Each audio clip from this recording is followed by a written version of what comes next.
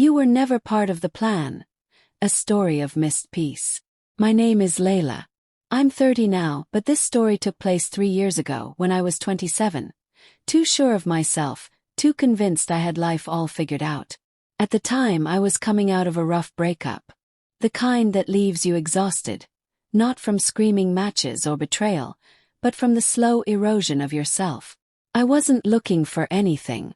I was numb, drifting, trying to gather the pieces of who I used to be. Then came Caleb.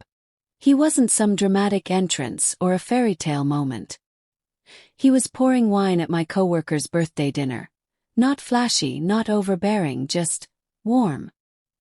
He had this quiet charm, a disarming kind of kindness. The kind of smile that said, "You're safe here." And honestly, that scared me more than anything. Because Caleb wasn't my type. He paid attention. He listened. He didn't play games. He noticed when my laugh was a little too forced or when I was lost in thought. And instead of prying, he offered presence. That night we talked for hours. He walked me to my car. He texted me just to make sure I got home okay. It wasn't grand, but it was real. And after that he just stayed. Not in a clingy way. He simply kept showing up. Like clockwork, like comfort. When I forgot to eat, he left meals at my door. When I retreated into silence, he didn't push. He gave me room, but never let me feel alone. Caleb was peace in human form. And back then, I didn't recognize peace as love. I was looking for fire, something loud, cinematic, chaotic even. Something that mirrored the kind of love movies told us to expect. But Caleb was none of that. He didn't sweep me off my feet. He kept me grounded. We were together for over a year. He never asked for more than I could give. But I could see it in his eyes. He wanted a life with me. He wasn't in a hurry, but he was sure. And me. I was still telling myself he was temporary. Chapter.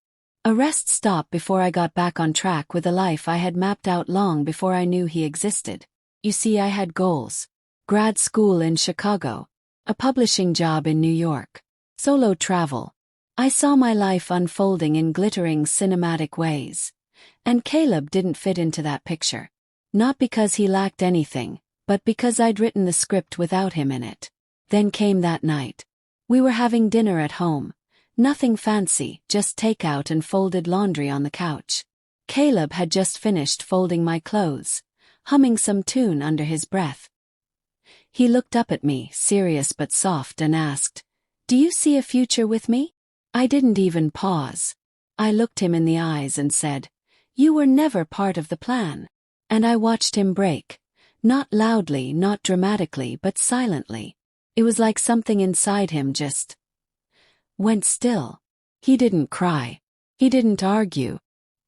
He stood up, walked to the bedroom, packed a small bag and left. The door didn't slam. Click shut. At first I felt liberated. Like I'd chosen myself. Like I had honored my truth. But as the days passed, the silence he left behind grew heavier. The small things, the texts reminding me to drink water, his favorite songs on my playlists, the way he made coffee just how I liked it, started to echo in the quiet. I told myself I had done the right thing. I had stuck to my plan. A month later, the acceptance email arrived. I had gotten into my dream graduate program. The city I always wanted. The career step I had worked for. It should have been the happiest moment of my life.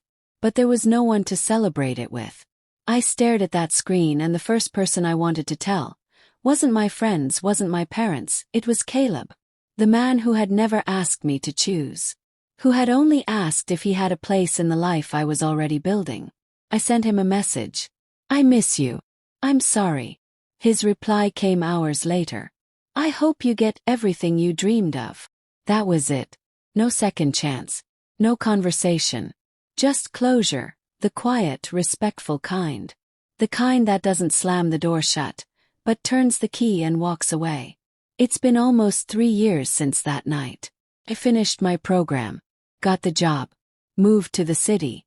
My apartment is beautiful. My career is on track. On the surface, everything is fine. But I've never met another Caleb.